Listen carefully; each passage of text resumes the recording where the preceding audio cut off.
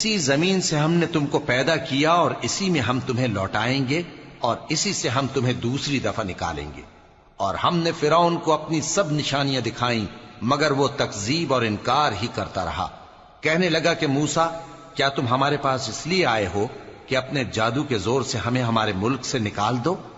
تو ہم بھی تمہارے مقابل ایسا ہی جادو لائیں گے، تو ہمارے اور اپنے درمیان ایک وقت مقرر کر لو کہ نہ تو ہم اس کے خلاف کریں اور نہ تم، اور یہ مقابلہ ایک ہموار میدان میں ہوگا۔ موسیٰ نے کہا کہ آپ کے لیے یوم زینت کا وعدہ ہے اور یہ کہ لوگ اس روز دن چڑھے اکٹھے ہو جائیں۔ تو فرعون لوٹ گیا اور اپنے سامان جمع کر کے پھر آیا۔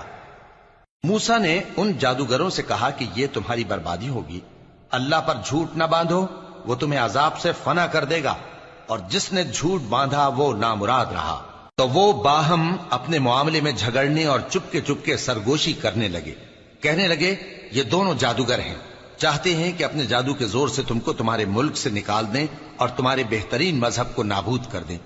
تو تم جادو کا سامان اکٹھا کر لو اور پھر قطار باندھ کر آؤ۔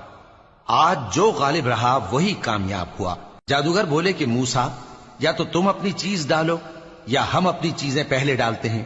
موسیٰ نے کہا بلکہ تم ہی پہلے ڈالو۔ جب انہوں نے چیزیں ڈالیں تو یکا یک ان کی رسیاں اور لاٹھیاں موسیٰ کے خیال میں ایسی آنے لگیں کہ وہ میدان میں ادھر ادھر دوڑ رہی ہیں۔ اس وقت موسیٰ نے اپنے دل میں خوف محسوس کیا۔ ہم نے کہا خوف نہ کرو، بلا شبہ تم ہی غالب رہو گے، اور جو چیز یعنی لاٹھی تمہارے داہنے ہاتھ میں ہے اسے ڈال دو کہ جو کچھ انہوں نے بنایا ہے اس کو وہ نگل جائے گی۔ جو کچھ انہوں نے بنایا ہے یہ تو جادوگروں کے ہتھ کنڈے ہیں، اور جادوگر جہاں بھی جائے کامیاب نہیں ہوگا۔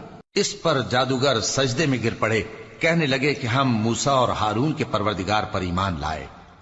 فرعون بولا کہ پیشتر اس کے کہ میں تمہیں اجازت دوں تم اس پر ایمان لے آئے، بے شک یہ تمہارا بڑا یعنی استاد ہے جس نے تم کو جادو سکھایا ہے، سو میں تمہارے ہاتھ اور پاؤں مخالف سمت سے کٹوا دوں گا اور تم کو کھجوروں کے تنوں پر سولی چڑھوا دوں گا، اور تم کو معلوم ہوگا کہ ہم میں سے کس کا عذاب زیادہ سخت اور دیر تک رہنے والا ہے۔ انہوں نے کہا کہ جو دلائل ہمارے پاس آ گئے ہیں ان پر اور جس نے ہم کو پیدا کیا ہے اس پر ہم آپ کو ہرگز ترجیح نہیں دیں گے، تو آپ کو جو حکم دینا ہو دے دیجئے، اور آپ جو حکم دے سکتے ہیں وہ صرف اسی دنیا کی زندگی میں دے سکتے ہیں۔ ہم تو اپنے پروردگار پر ایمان لے آئے تاکہ وہ ہمارے گناہوں کو معاف کرے، اور اسے بھی جو آپ نے ہم سے زبردستی جادو کرایا، اور اللہ سب سے اچھا ہے اور ہمیشہ باقی رہنے والا ہے۔ جو شخص اپنے پروردگار کے پاس گناہگار ہو کر آئے گا تو اس کے لیے جہنم ہے جس میں نہ وہ مرے گا نہ جیے گا، اور جو اس کے روبرو ایماندار ہو کر آئے گا اور عمل بھی نیک کیے ہوں گے تو ایسے لوگوں کے لیے اونچے اونچے درجے ہیں، یعنی ہمیشہ رہنے کے باغ جن کے نیچے نہریں بہ رہی ہیں، ہمیشہ ان میں رہیں گے، اور یہ اس شخص کا بدلہ ہے جو پاک ہوا۔ اور ہم نے موسیٰ کی طرف وہی بھیجی کہ ہمارے بندوں کو راتوں رات نکال لے جاؤ، پھر ان کے لیے سمندر میں لاٹھی مار کر خشک رستہ بنا دو، پھر تم کو نہ فرعون کے آ پکڑنے کا خوف ہوگا اور نہ غرق ہونے کا ڈر۔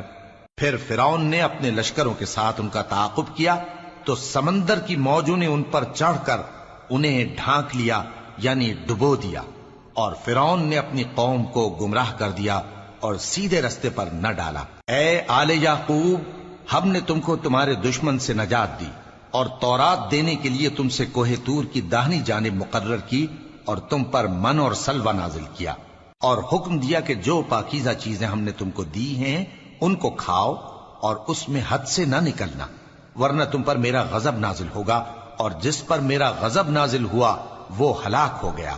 اور جو توبہ کرے اور ایمان لائے اور عمل نیک کرے پھر سیدھے رستے چلے اس کو میں بخش دینے والا ہوں۔ اور اے موسیٰ، تم نے اپنی قوم سے آگے چلے آنے میں کیوں جلدی کی؟ کہا وہ میرے پیچھے آ رہے ہیں۔ اور اے میرے پروردگار، میں نے تیری طرف آنے کی جلدی اس لیے کی کہ تو خوش ہو جائے۔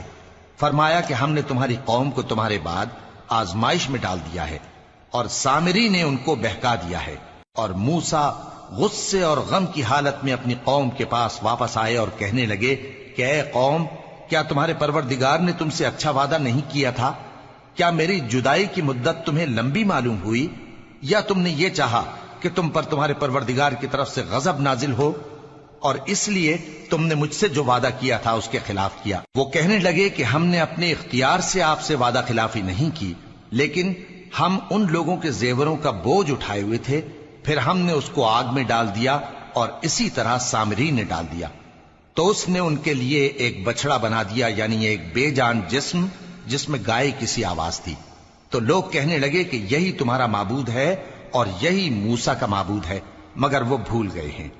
تو کیا یہ لوگ نہیں دیکھتے کہ وہ ان کی کسی بات کا جواب نہیں دیتا اور نہ ان کے نقصان اور نفع کا کچھ اختیار رکھتا ہے؟ اور ہارون نے ان سے پہلے ہی کہہ دیا تھا کہ لوگوں، اس کے ذریعے تمہیں فتنے میں ڈال دیا گیا ہے، اور تمہارا پروردگار تو رحمان ہی ہے، تو میری پیروی کرو اور میرا کہا مانو۔ وہ کہنے لگے کہ جب تک موسیٰ ہمارے پاس واپس نہ آئیں ہم تو اس کی پوجا پر قائم رہیں گے۔ پھر موسیٰ نے ہارون سے کہا کہ اے ہارون، جب تم نے ان کو دیکھا تھا کہ گمراہ ہو گئے ہیں تو تم کو کس چیز نے روکا تھا؟ یعنی اس بات سے کہ تم میرے پیچھے چلے آؤ، بھلا تم نے میرے حکم کے خلاف کیوں کیا؟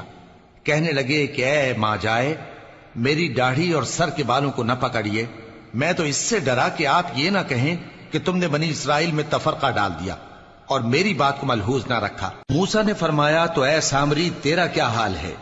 اس نے کہا کہ میں نے ایسی چیز دیکھی جو اوروں نے نہیں دیکھی، تو میں نے فرشتے کے نقش پا سے مٹی کی ایک مٹھی بھر لی، پھر اس کو بچڑے کے جسم میں ڈال دیا اور مجھے میرے جی نے اس کام کو اچھا بتایا۔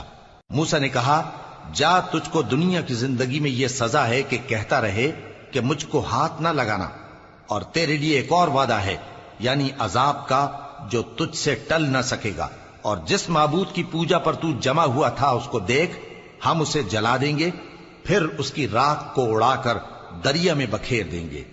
تمہارا معبود تو اللہ ہی ہے جس کے سوا کوئی معبود نہیں، اس کا علم ہر چیز پر محیط ہے۔